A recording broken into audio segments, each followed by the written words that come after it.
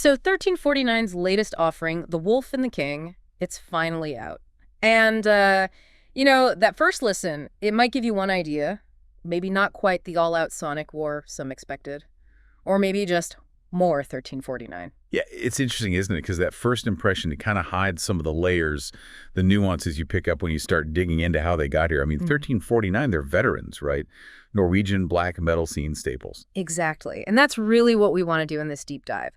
Less of a quick review, more trying to understand, where does The Wolf and the King actually fit? How has their sound changed? What are those little details maybe hidden in the noise? And to do that properly, we need to be a bit selective. A full discography dive. That'd take forever.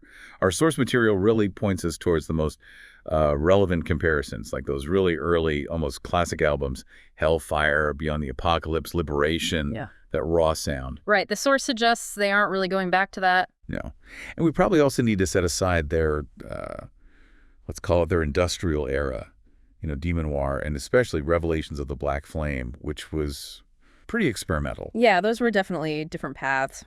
Showed they weren't afraid to mix things up. Which leads us to the albums our source really flags as key for understanding this new one. That's 2019's The Infernal Pathway. And Massive Cauldron of Chaos from 2014. Okay, so those are the main benchmarks. Exactly. Those seem to be the crucial reference points for figuring out the current direction. Okay, so let's jump right in then. The guitars. Archaon's playing, it sounds like there's been a noticeable development since The Infernal Pathway. Oh, absolutely. One of the big things that kind of jumps out is how the thrash metal side of things has been, well, refined. It's always been there in 1349, right? Yeah. Little bits, even back on Hellfire. Sure, yeah. But The Infernal Pathway, that album really leaned into it, like right from the get-go, very upfront. Yeah, definitely felt that energy. But on The Wolf and the King, it feels less obvious, at least at the start. Those really clear, sharp thrash riffs, they seem to pop up more later in the album, like The Vessel and the Storm, Obscura, maybe Fatalist. Exactly. And when you do hear those thrashy bits earlier on, they feel more woven in, more subtle. Like there's this example the source gives, the second riff in Ash of Ages. Apparently it's kind of a hidden nod. Oh, yeah. To what? To the opening of Creator's Extreme Aggression, the thrash classic. Ah, okay. Nice. So it's there, but you got to listen for it. Exactly. It's not hitting you over the head.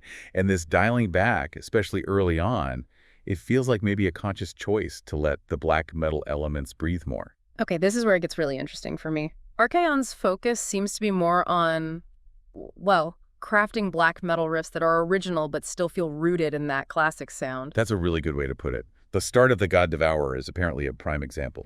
Even when it's going full blast, the riffing itself is really intricate. How so? Well, it's not just straightforward tremolo picking all the time. There's more complex picking patterns, really fast stuff. It creates this kind of controlled technical feel. And there's a bit of dissonance, but it feels very deliberate. And these quite striking melodic peaks kind of jump out. It's definitely layered. So it's maybe not an album for casual background listening then. You need to actually pay attention to catch all that guitar detail. Yeah, I think so. The source stresses that fundamentally the riffs are still within that traditional black metal world. But Archaon's playing within that framework with what the source calls surgical precision. Right. And importantly, you're not getting that really jarring out there dissonance like, say, Deathspell Omega, which, funnily enough, Chalvey did bring some of that on the Hellfire title track back in the day, but that's absent here. Okay. And technically, the playing itself is sharp. Yeah. And the production. Right. Raven handled that with Jarrett Pritchard. Yeah, strong playing, clean production. And it's interesting about Pritchard because his background isn't maybe typical black metal engineering, right? But apparently, it works. Doesn't seem to hurt the sound negatively, which is good. It suggests they knew what they wanted. So how does it stack up sonically against those recent albums then? Infernal Pathway and Massive Cauldron? Well, the source describes The Wolf and the King as more refined and elegant. That's the phrase used, compared to The Infernal Pathway, which was more straightforward, maybe a bit rough sometimes. Right. And then Massive Cauldron of Chaos was described as really assertive and punchy. So this new one seems to be going for something a bit more sophisticated. Interesting. And there was a quick mention of Chalvey's current band, Svartelder, their album Trenches. Yeah, just briefly, apparently Trenches is more direct, maybe than this 1349 album, but he uses more modern sounds. It kind of highlights that 1349 went in a different direction than maybe they would have if Chaldi had stayed. They're distinct paths now. Right, makes sense.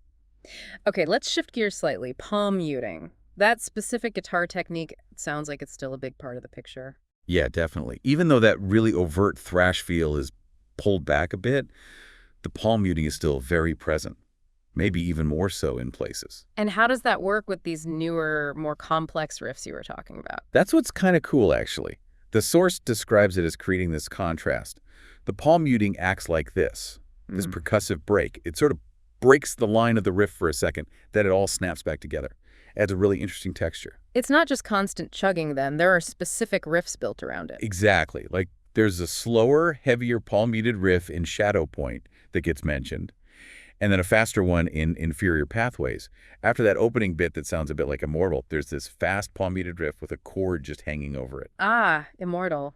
That comparison comes up again. They were a huge influence, obviously. For sure. And the source points out more post-Immortal S, that's the term used, palm-muted bits later in Inferior Pathways too. And elsewhere. Yeah, there's apparently a really driving, assertive, palm-muted section in Inner Portal that also echoes Immortal, though maybe with a bit more melody trying to peek through. And you hear hints in The Vessel and the Storm and Fatalist as well. So that Immortal influence is clearly still a factor, right up to the Infernal Pathway, and now here too. Absolutely. But here's the potential flip side the source raises. Do these familiar, maybe more straightforward palm-muted parts, the stuff fans recognize, do they sometimes overshadow the more detailed, nuanced stuff Archeon is doing with the other riffs? Ah, okay. Like the comfortable sound might distract from the newer complexities. Yeah, potentially. It's like, are they letting the evolution fully come through, or are the familiar bits holding it back slightly? It's a balance thing, I guess. That's a really interesting angle. Okay, so moving from the guitars, let's talk about that Satyricon influence. It sounds like that's more noticeable on this album, and how Raven's vocals fit in. Right. The source picks up on more of those aggressive mid-tempo grooves, you know, the kind Satyricon really nailed around the Nemesis Divina era, that kind of rhythmic swagger. Yeah, I know the feel. It seems particularly strong in the first half of The Wolf and the King. Now, it's not totally new for 1349. They've had elements before, even back on Liberation or Beyond the Apocalypse. But here it feels much more prominent. And Raven's vocals are a key part of that comparison. His style is obviously very aggressive, but it sounds like the similarity to Cider is stronger now. That's the observation, yeah. And look, Raven's consistent. He delivers that intensity. But the critique raised in the source is, does that consistency sometimes feel a bit, well, repetitive? Or maybe simplistic compared to what Archeon's doing on guitar now? Ah, so there's a potential disconnect. That's the suggestion. That maybe this feeling starts right from the first song and becomes clearer by, say, Shadow Point.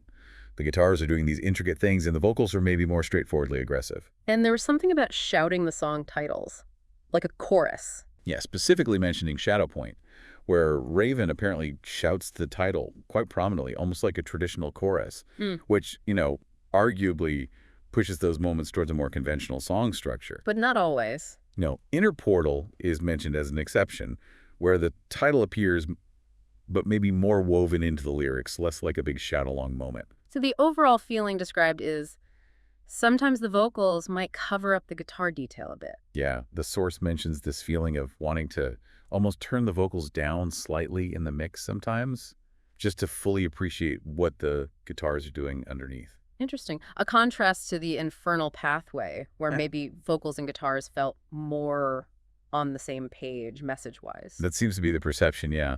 Here it's like the instruments might be telling a more complex story than the vocals in certain parts. But it's not all disconnect. There are moments where the vocals do work well with the new style. Oh, definitely. The source highlights a specific bit in Inner Portal, this more melancholic part. It's got delicate guitar picking, these kind of eerie, high-pitched sounds like whistles, and Raven does this really somber spoken word thing that's pointed out as really effective, a good synergy. Okay. And also his clean singing parts in Fatalist get a mention. That's definitely vocal experimentation that fits differently. Right. Okay, good to have those examples. What about guitar solos and any of those ambient bits they sometimes do? Solos are still around, yeah. Pretty much in every song, apparently, a bit like on Hellfire. But the general take seems to be they're not always that memorable.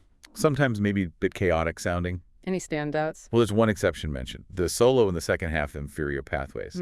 It's described as on the verge of sugariness. Sugariness in 1349. Yeah, kind of unexpected for old school black metal, right? So maybe a bit jarring or out of place for some listeners. So a curious moment, let's say. Definitely sounds it. And those dark ambient interludes, like the Tunnel of Set things they had before. Gone, apparently. The source sees that as a good thing, actually. Helps the album flow better, keeps it more focused. Okay, that makes sense. So let's try and pull this all together then. If we're summing up the key things from this deep dive into The Wolf and the King, what stands out? Well, I think number one is Archaon's guitar work. Clearly evolving, becoming more refined, more precise within that black metal style. Then there's the palm muting still there, creates that interesting push and pull with the newer riffs. Right. And the Satyricon influence? Yeah, more noticeable, especially in the grooves, and reflected in Raven's vocals, which leads to that discussion about potential disconnect or repetition versus the complex guitars. And the solos being generally less remarkable with that one odd exception. Okay. And the overall verdict from the source seems to be loyal fans will probably dig it, find stuff to like, but maybe still miss the raw power of, say, Hellfire. Pretty much. And it doesn't sound like the band is aiming for, revolutionary changes right now, despite having experimented in the past. They're refining their current path. Which leads us nicely to a final thought for you, the listener. When you listen to The Wolf and the King, or listen again, maybe really try to focus on that specific relationship. The interplay between Archaon's intricate guitars and Raven's vocal delivery. Yeah, think about how those two core elements balance out. Does this evolution, this current sound, feel totally natural, like a cohesive step forward? Or do you feel some of that tension the source talks about? Does it create friction within the album's identity? Definitely something worth mulling over as you listen.